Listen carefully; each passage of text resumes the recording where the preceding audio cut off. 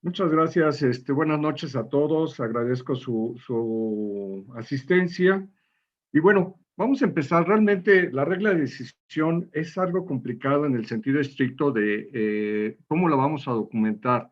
Es muy sencillo entender lo que es una regla de decisión, pero el objeto de la plática es alertar a los laboratorios de fuente fija el hecho de que no entender correctamente la regla de decisión y, por supuesto, no documentarla, nos puede llevar al riesgo de no solamente entrar en un proceso de suspensión, sino en un proceso de cancelación de la acreditación.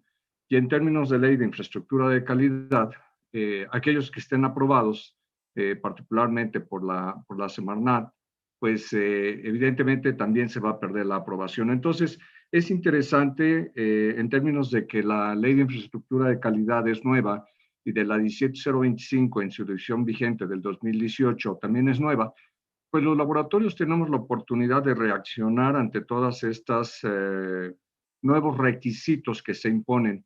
Y esto evidentemente se complica por el hecho de que el cálculo de las incertidumbres de los distintos métodos en los cuales evaluamos conformidad, pues anteriormente con un cálculo somero era más que suficiente y los procesos de vigilancia de la EMA, pues como tal, se daban por bien servidos.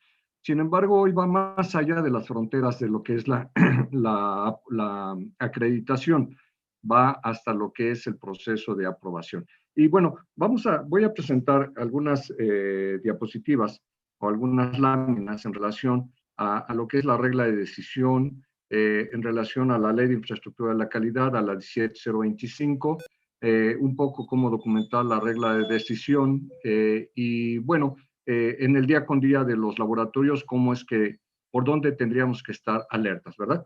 Bueno, entonces la plática la titulé Regla de Decisión, su vinculación con 17025-2017 y la Ley de Infraestructura de la Calidad.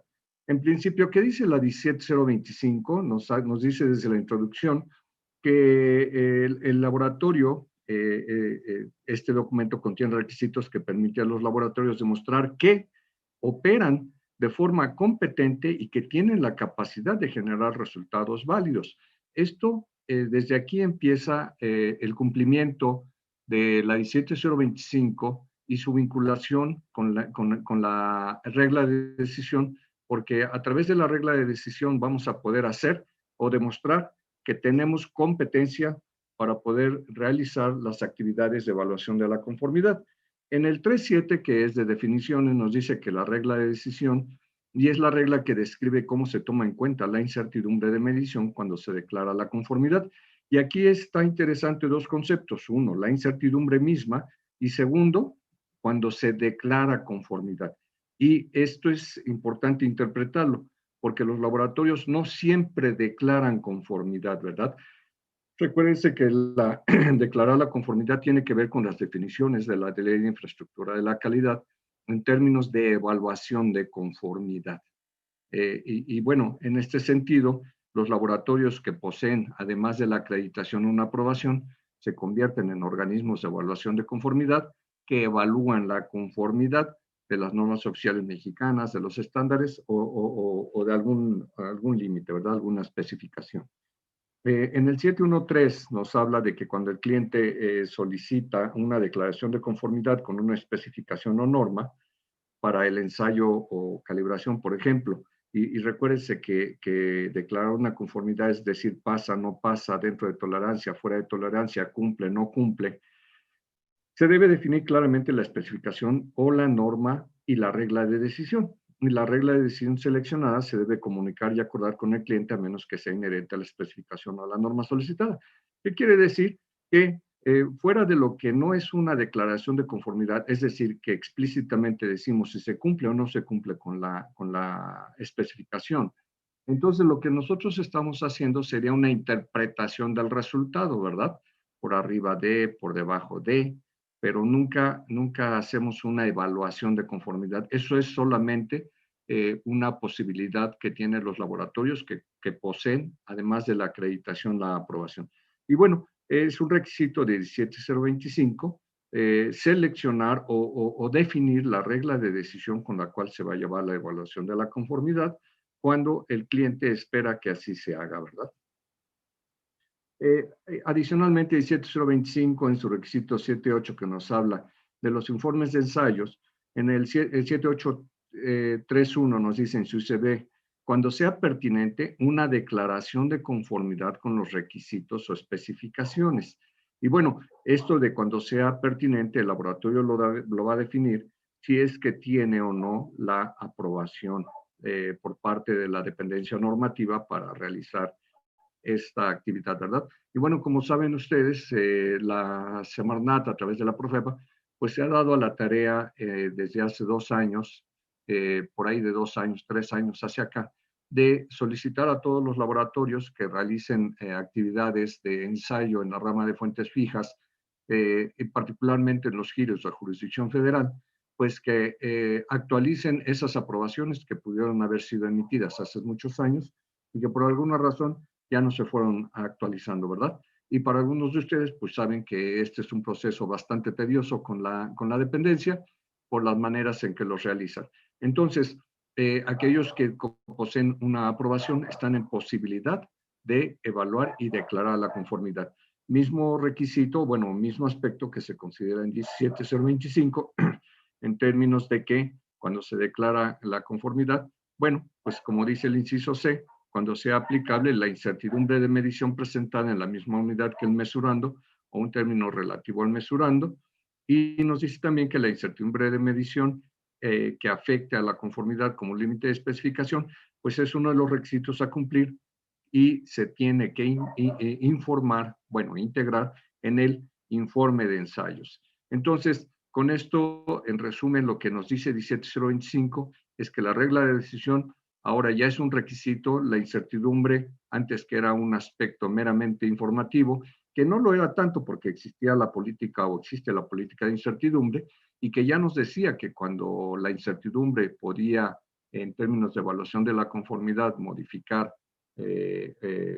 la misma evaluación de la conformidad, tendría que ser informada. Pero bueno, era algo que no se solicitaba tan, o bueno, no se vigilaba de forma tan estricta, como ahora lo va a hacer 17025 en su versión 2018 en MX. Adicionalmente, en el 785 de información de cuando hay una actividad de muestreo, ¿verdad? Y recuérdese que no se confunda muestreo con toma de muestra.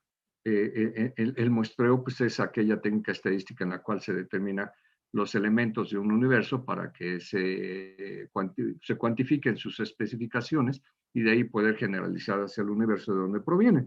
Entonces, en nuestros casos, en la mayoría de los métodos de fuentes fijas, el plan de muestreo ya es parte misma del método. El laboratorio no desarrolla el muestreo por sí mismo, ¿verdad? Como es en el caso, por ejemplo, en contraste con las normas de Semarnat para residuos sólidos, donde el laboratorio sí desarrolla esa metodología de muestreo, ponerse del cuarteo y todas estas técnicas, ¿verdad? Pero en el caso de las fuentes fijas, casi todos los métodos de las fuentes fijas ya incluyen esa metodología de muestreo y nos dedicamos exclusivamente a la toma de muestras, que bueno, este es otro asunto interesantísimo, porque muchos de los laboratorios se confunden e incluyen en sus sistemas de gestión que realizan el muestreo cuando realmente no lo hacen. Pero bueno, es harina de otro costal. En el caso del muestreo, cuando se desarrolla esa parte de lo que es el plan de muestreo. Entonces, además, hay que incluir en el informe la información requerida para evaluar la incertidumbre de medición para ensayos, ¿verdad? Subsiguientes. Repito, en el caso de las fuentes fijas, pues no existe tal, pero bueno, seguimos con lo que dice la 17025 en el 7862 y nos dice que el laboratorio debe informar sobre la declaración de conformidad de manera que se identifique claramente a qué resultados se aplica la declaración de conformidad, qué especificaciones, normas o parte de esta se cumple o no, y la regla de decisión aplicada. Y esto es bien importante porque nos lleva al fundamento de la plática del día de hoy, y es que Anteriormente nos conformábamos con aplicar o desarrollar las técnicas de cálculo de la incertidumbre y nos limitábamos o nos circunscribíamos a lo que era el método como tal, al método de ensayo. Y en esta declaración, donde ya tenemos que hacer declaración de conformidad, brincamos esa frontera y nos tenemos que ir ahora a lo que son las normas oficiales mexicanas, con las cuales vamos a declarar si se cumple o no se cumple el regulado con esta norma o especificación.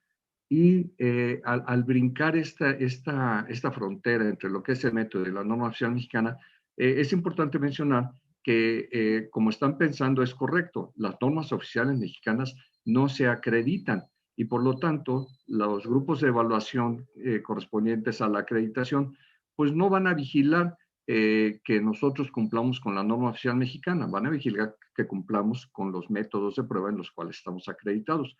Pero cuando entramos en el capítulo 7, que es lo de informes de resultados, entonces es donde sí pueden entonces vigilar, no que cumplamos con la norma, sino que cumplamos con el requisito de que en el informe de resultados realmente hagamos un correcto enfoque de lo que es la regla de decisión en términos de la evaluación de la conformidad, y todo esto tiene que ver con el cálculo de la incertidumbre que nos lleva al terreno de todo ese proceso de estimación matemática de los errores que se cometen cuando hacemos mediciones y que nos va a llevar no solamente a los términos del método que se está desarrollando, sino que nos brinca a los términos de referencia en lo que los resultados que obtiene el laboratorio tendrán que ser, en los términos en que tendrán que ser expresados, y a esto se le llama una definición correcta del mesurando, en lo que es la teoría de la incertidumbre. Y más adelantito les voy a poner un ejemplo rápido de dónde vamos a encontrar estas especificaciones para definir correctamente el mesurando. Bueno, además, recuérdense ustedes que 17025 introduce tres conceptos nuevos en relación a 17025 anteriores. Uno de ellos es precisamente el análisis de riesgos, además de lo que es la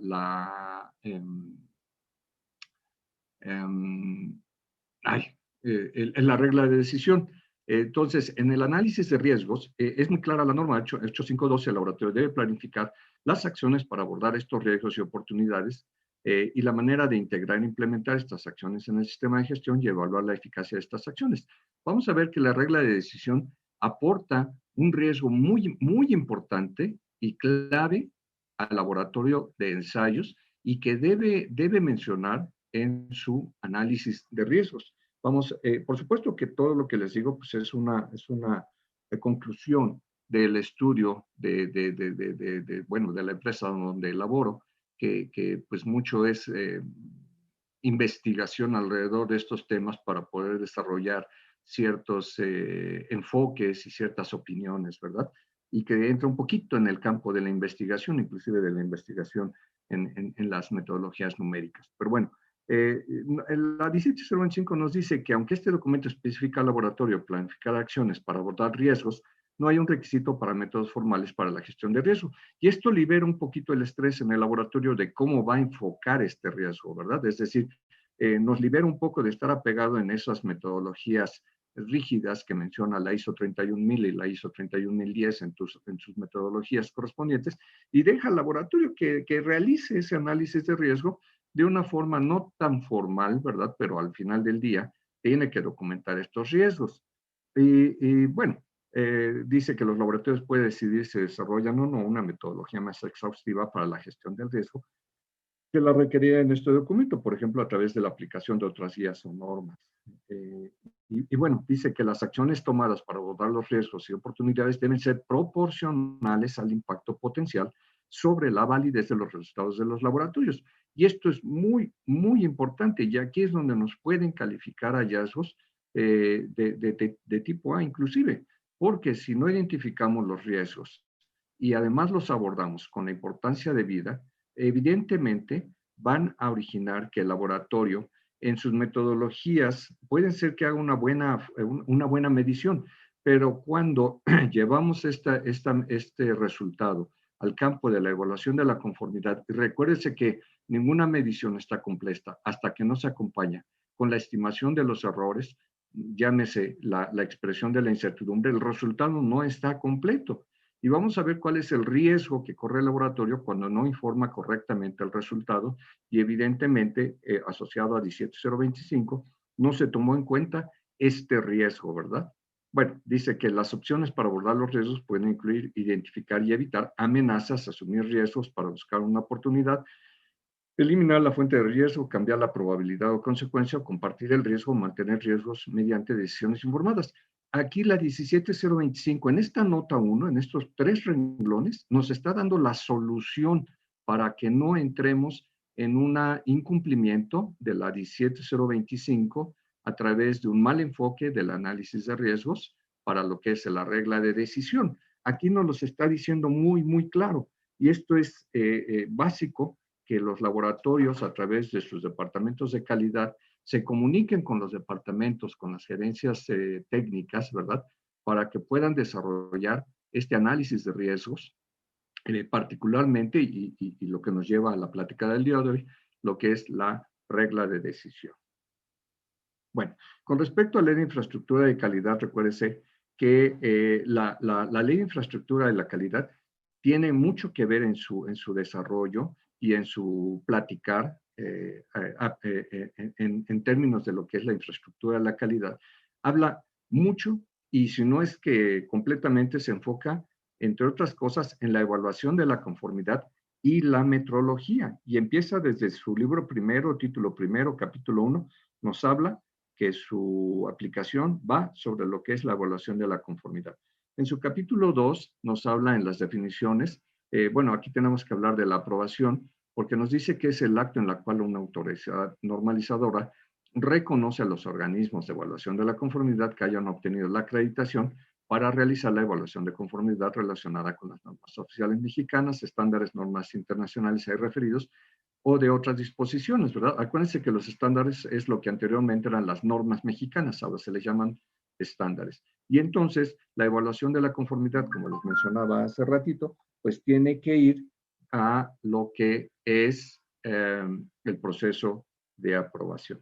En la evaluación de la conformidad nos dice que es el proceso técnico que permite demostrar el cumplimiento con las normas oficiales mexicanas y demás instrumentos normativos. El procedimiento de evaluación de la conformidad es algo nuevo que se incluye, pero que, bueno, son el conjunto de acciones especificadas que tiene por objeto comprobar que el bien o producto o servicio cumple con la norma oficial mexicana. En su capítulo 2, y esto es bien importante, yo creo que es el meollo de la plática, esto es lo que deben estar alerta los laboratorios, particularmente con el capítulo 2, que nos habla de las entidades de acreditación y los organismos de evaluación de la conformidad. El artículo 59 nos dice que las entidades de acreditación o las autoridades normalizadoras podrán cancelar la acreditación o la aprobación. Y recuerden que antes para cancelar, bueno, para cancelarla o suspender la acreditación, la entidad de acreditación le pedía parecer a la dependencia, pero ahora ya no. Ahora, en un momento dado, la entidad toma la decisión y inmediatamente se suspende o se cancela la acreditación. Esto es algo que hay que tener mucho cuidado. Entonces nos dice en el artículo 59 que se puede cancelar la acreditación o la aprobación por distintos motivos. Uno de ellos es que se emitan documentos donde se hagan constar los resultados de la evaluación de la conformidad con información o datos erróneos o falsos. O sea, esto es algo muy, muy violento. No solamente nos dice que sean falsos, ahora es que sean erróneos. Y la verdad es que cometer un error es humano y no está dando la posibilidad de que podamos corregir esos errores. Esto es algo muy tajante. Yo estoy seguro que esto es llevar al extremo una disposición. Pero bueno, finalmente ya está escrito en una ley que nos puede aplicar y que seguramente va a aplicar, ¿verdad? Bueno, vamos, yo sé que estamos por terminar el tiempo para la plática, ya falta poquito. Y bueno, entonces, ¿cuál es el riesgo en la evaluación de la conformidad? El riesgo es declarar de forma equivocada la evaluación de la conformidad. Es decir que cumple cuando no cumple o decir que no cumple cuando realmente cumplió. Y esto tiene que ver mucho con la regla de decisión. Y bueno, la salvaguarda que debemos considerar es compartir con el cliente el riesgo. Recuérdese lo que decía esos tres renglones que le mencionaba de la 17025, donde nos dice que una forma de asumir esos riesgos es compartir con el cliente el riesgo, informando la regla de decisión a aplicar antes de iniciar el servicio, acordando la misma regla de decisión, ¿verdad? Y por supuesto, contar con una metodología confiable para la estimación de la incertidumbre y su mantenimiento para evaluar la conformidad. Estos son básicos y claves, ¿verdad? Y bueno, en términos de lo que es la regla de decisión, pues la verdad es que hay algunos documentos muy sencillos en su aplicación, dependiendo de cuál es su campo de evaluación de la conformidad. Y estos documentos, pues los podemos encontrar en las formas del ELAC G8, en su versión 03 del 2009. Y la otra, son dos versiones. Una creo que es de 2019 y la otra es del 2009. Este realmente no es 2009, esta es la del 2019 y esta otra es la del 2009. A mí particularmente para los laboratorios de ensayo, aunque es una versión anterior y pudiera decirse obsoleta, es muchísimo más sencillo de entender. Pero bueno, al final del día las dos versiones nos dicen más o menos lo mismo. Y bueno, analizando lo que nos dice, es leyéndola con calma. Inclusive ya hay versiones por ENAC traducidas al español de la misma regla G8, la guía G8, perdón. Podemos entender perfectamente cómo aplicar la regla de decisión, por supuesto, sustentada en el cálculo de incertidumbre, que por supuesto también tendremos que usar en nuestro análisis de riesgos para poder documentar cómo es que la estamos abordando. Bueno, ya para terminar, lo importante es ver cómo aplicar todo esto que acabamos de decir en términos de 17025, en términos de lo que es la Ley de Infraestructura de la Calidad, en términos de las guías que ILAC nos pone a disposición para que podamos nosotros documentar estas reglas de decisión. En el día con día con los laboratorios de fuentes fijas, lo vemos muy patente que estamos involucrados en todo este lío, pues precisamente al aplicar esas normas oficiales mexicanas, por ejemplo la 043, donde se establecen los límites máximos permisibles de emisión. Entonces, aquellos laboratorios que además cuentan de la acreditación con la aprobación, pueden llegar al proceso de lo que es la evaluación de conformidad, es decir, cumple o no cumple, independientemente de que no seamos unidades de inspección, anteriormente unidades de verificación. Bueno, nuestro resultado como laboratorio aprobado puede incluir esa declaración de cumplimiento o no cumplimiento, ¿verdad? Y lo interesante es que en el contexto mismo de la norma oficial mexicana, y como yo les mencionaba, la definición correcta o completa del mesurando, lo encontramos en el mismo contexto de la norma. Acuérdense ustedes que en el cuerpo de la norma, por ejemplo, aquí de la norma 85 tiene el punto 7, lo que es procedimiento para evaluación de la conformidad, nos va a decir cómo es que debemos tomar en cuenta la forma en que vamos a expresar el resultado y no solo eso, su incertidumbre. Y recuerden, por ustedes es muy conocido lo que es la norma 43, asociada con el muestreo isocinético, y normalmente nos quedamos con lo que es la estimación de la incertidumbre en términos mismos del método. Pero cuando queremos hacer la evaluación de la conformidad, tendríamos que fijarnos, por ejemplo, aquí en esta imagen que tenemos, nos dice, la emisión está referida a condiciones normales de temperatura de 25 Celsius y 101.325 pascales, ¿verdad? Entonces, en estos términos, tendremos que no solamente quedarnos en la estimación de la incertidumbre de lo que es el método, sino brincar a lo que es la evaluación de la conformidad en los términos mismos que nos marca la norma oficial mexicana, de la cual le vamos a evaluar esa conformidad.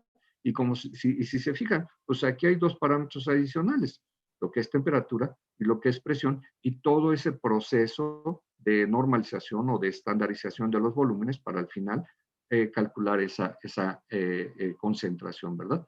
Y esto nos lleva a lo que es la definición correcta del mesurando. Lo mismo pasa con la norma 85, 085 del Semarnat, que como bien conocen, al final los resultados tienen que ser puestos en condiciones de referencia de 25 Celsius y 101.325 pascales.